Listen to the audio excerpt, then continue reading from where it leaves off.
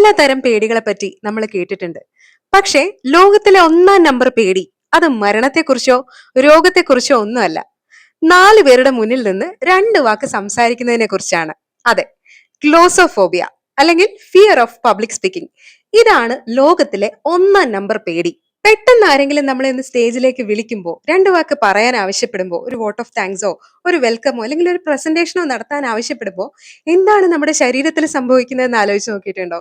നമുക്ക് പെട്ടെന്ന് ശ്വാസഗതി കൂടുന്നു, നമ്മുടെ ഹൃദയമിടിപ്പ് കൂടുന്നു, വല്ലാതെ വേർക്കുന്നു, അല്ലെ? തൊണ്ട വരളുന്നത് പോലെ, തല കറങ്ങുന്നത് പോലെ പലതരത്തിലുള്ള മാറ്റങ്ങൾ നമ്മുടെ ശരീരത്തിൽ ആ ഒരു മൊമെന്റിൽ ഉണ്ടാവുന്നുണ്ട്.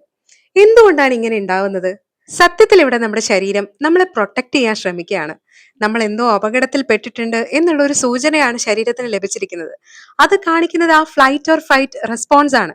ഒന്നുകിൽ ഫൈറ്റ് ചെയ്യുക അല്ലെങ്കിൽ ഓടി രക്ഷപ്പെടുക. ഈ രണ്ട് റെസ്പോൺസേ നമ്മുടെ ശരീരത്തിന് അറിയൂ.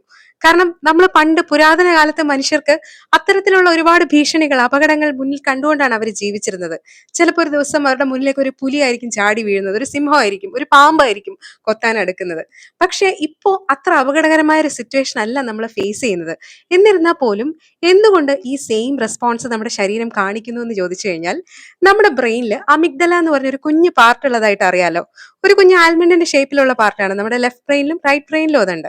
അപ്പൊ ഈ അമിഗ്ഡലയെ ഒരു ഫിയർ സെന്റർ എന്നോ അല്ലെങ്കിൽ ഒരു ഇമോഷൻ അലാം സിസ്റ്റം എന്നോ ഒക്കെ നമുക്ക് വിശേഷിപ്പിക്കാം. ഈ അമിഗ്ഡലയാണ് നമ്മുടെ ഇമോഷൻസ് എല്ലാം സ്റ്റോർ ചെയ്ത് വെക്കുന്നത്. ഒരു ഹാപ്പി മൊമെന്റ് ഉണ്ടാവുമ്പോൾ നമുക്ക് എങ്ങനെയാണ് ഫീൽ ചെയ്തത്, അത് അമിഗ്ഡലയിൽ സ്റ്റോർ ആയിട്ടുണ്ട്. അതുപോലെ നമുക്ക് സങ്കടം വരുമ്പോൾ അല്ലെങ്കിൽ നമ്മൾ വല്ലാതെ പേടിക്കുമ്പോൾ ഒക്കെയുള്ള ആ ഒരു സാഹചര്യങ്ങളെല്ലാം അമിഗ്ഡല ഇങ്ങനെ സ്റ്റോർ ചെയ്ത് വെച്ചിട്ടുണ്ട്. അപ്പൊ വീണ്ടും അതേ സിറ്റുവേഷൻ ഉണ്ടാവുമ്പോൾ നമ്മളെ അതിൽ നിന്ന് പ്രൊട്ടക്ട് ചെയ്യാൻ വേണ്ടി ശരീരം പെട്ടെന്ന് ഫ്ലൈറ്റ് ഓർ ഫൈറ്റ് മോഡിലേക്ക് സ്വിച്ച് ചെയ്യുന്നതാണ് നമ്മൾ ആ കാണുന്നത്. അതുകൊണ്ടാണ് നമ്മുടെ ശ്വാസഗതി കൂടുന്നത്, ഹൃദയമിടിപ്പ് കൂടുന്നത്, നമ്മൾ വല്ലാതെ വിയർക്കാൻ തുടങ്ങുന്നത്. ശരീരം ആ ഒരു മോഡിലേക്ക് മാറിക്കഴിഞ്ഞു, ശരീരം സജ്ജമായി കഴിഞ്ഞു മുന്നിലുള്ള ആ ഒരു ഭീഷണിയെ നേരിടാൻ വേണ്ടിയിട്ട്. സ്ട്രെസ് ഹോർമോൺസ് ആയിട്ടുള്ള അഡ്രിനാലിനും കോർട്ടിസോളും ഒക്കെ ഉൽപ്പാദിപ്പിക്കാനായിട്ട് നമ്മുടെ ശരീരത്തിന് അമിഗ്ഡല അപ്പൊ തന്നെ നിർദ്ദേശം കൊടുത്തു കഴിഞ്ഞു.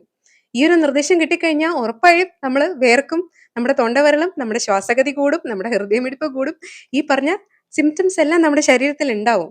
സത്യത്തിൽ അത് നമ്മളെ പ്രൊട്ടക്ട് ചെയ്യാൻ വേണ്ടിയിട്ടുള്ള ശരീരത്തിന്റെ ഒരു രീതിയാണ് എന്ന് മനസ്സിലാക്കുക. അപ്പൊ ഇത് എങ്ങനെയാണ് ഇതിലൊരു മാറ്റം വരുത്തുക? ഇതൊരു ഭീകരമായ അപകടകരമായ ഒരു അവസ്ഥയല്ല എന്നുള്ള ഒരു ബോധ്യം നമ്മുടെ അമിഗ്ഡലയിൽ സ്റ്റോർ ചെയ്യണം. അത് പെട്ടെന്ന് പറ്റില്ല, പതുക്കെ പതുക്കെ അമിഗ്ഡലയെ പറഞ്ഞു മനസ്സിലാക്കണം.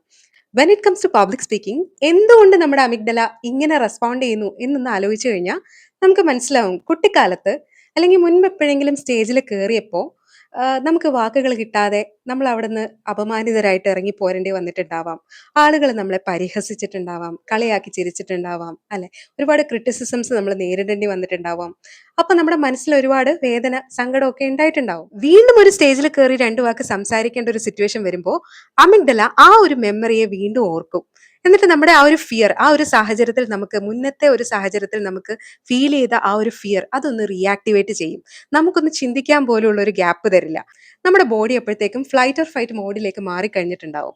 അപ്പൊ ഇതിനെ എങ്ങനെ ഓവർകം ചെയ്യാമെന്ന് ചോദിച്ചു കഴിഞ്ഞാൽ, സ്വിച്ച് ഇട്ടതുപോലെ അല്ലെങ്കിൽ മാജിക് പോലെ ഒന്നും നടക്കുന്ന ഒരു പരിപാടിയൊന്നുമല്ല. ഇതിന് കുറച്ച് സമയം പിടിക്കും. ആദ്യം നമ്മുടെ ബ്രെയിൻ ഒന്ന് ബോധ്യപ്പെടണം, ഇതൊരു ഡേഞ്ചറസ് ആയിട്ടുള്ള ഒരു സിറ്റുവേഷൻ ഒന്നും അല്ല, അപകടകരമായിട്ടുള്ള ഒരു അവസ്ഥയൊന്നും അല്ല എന്ന് നമ്മുടെ ബ്രെയിനിന് വളരെ കൃത്യമായി ബോധ്യപ്പെടുത്തണം. അതെങ്ങനെ ബോധ്യപ്പെടുത്തും എന്ന് ചോദിച്ചു കഴിഞ്ഞാൽ, അത്തരം സാഹചര്യങ്ങൾ നമ്മൾ തന്നെ സ്വയം ക്രിയേറ്റ് ചെയ്യണം. വീണ്ടും വീണ്ടും സ്റ്റേജിൽ കയറാനുള്ള അവസരങ്ങൾ നമ്മൾ വിനിയോഗിക്കാൻ പഠിക്കണം ആദ്യം. അങ്ങനെ ഒന്ന് സ്റ്റേജിൽ കയറാൻ അല്ലെങ്കിൽ നാല് പേരുടെ മുന്നിൽ സംസാരിക്കാൻ ഒരുപാട് അവസരങ്ങൾ നമുക്ക് വന്നിട്ടുണ്ടാവും. അതൊക്കെ നമ്മൾ പതുക്കെ പതുക്കെ ഒഴിഞ്ഞു മാറി പോയിട്ടുണ്ടാവും. പക്ഷെ നെക്സ്റ്റ് ടൈം ഇങ്ങനെ ഒരു അവസരം വന്നാൽ, ഒരു ചാൻസ് വന്നാൽ ഒരിക്കലും അത് വിട്ടുകളയാതെ ചാടി പിടിക്കണം. എന്നിട്ട് ഞാൻ സംസാരിക്കാം എന്ന് കൈ ഉയർത്തി നമ്മൾ മുന്നിലേക്ക് നടന്നു ചെല്ലണം. എന്നിട്ട് സംസാരിക്കണം. മനസ്സിൽ തോന്നുന്നത്, നമ്മൾ തെറ്റിപ്പോയിക്കോട്ടെ അല്ലെങ്കിൽ വാക്കുകൾ കിട്ടാതായിപ്പോട്ടെ, എന്തെങ്കിലും ആയിക്കോട്ടെ, ഒരു കുഴപ്പമില്ല. ആളുകൾ വേണമെങ്കിൽ ചിരിച്ചോട്ടെ, ആളുകൾ കളിയാക്കിക്കോട്ടെ, ഒരു പ്രശ്നമില്ല.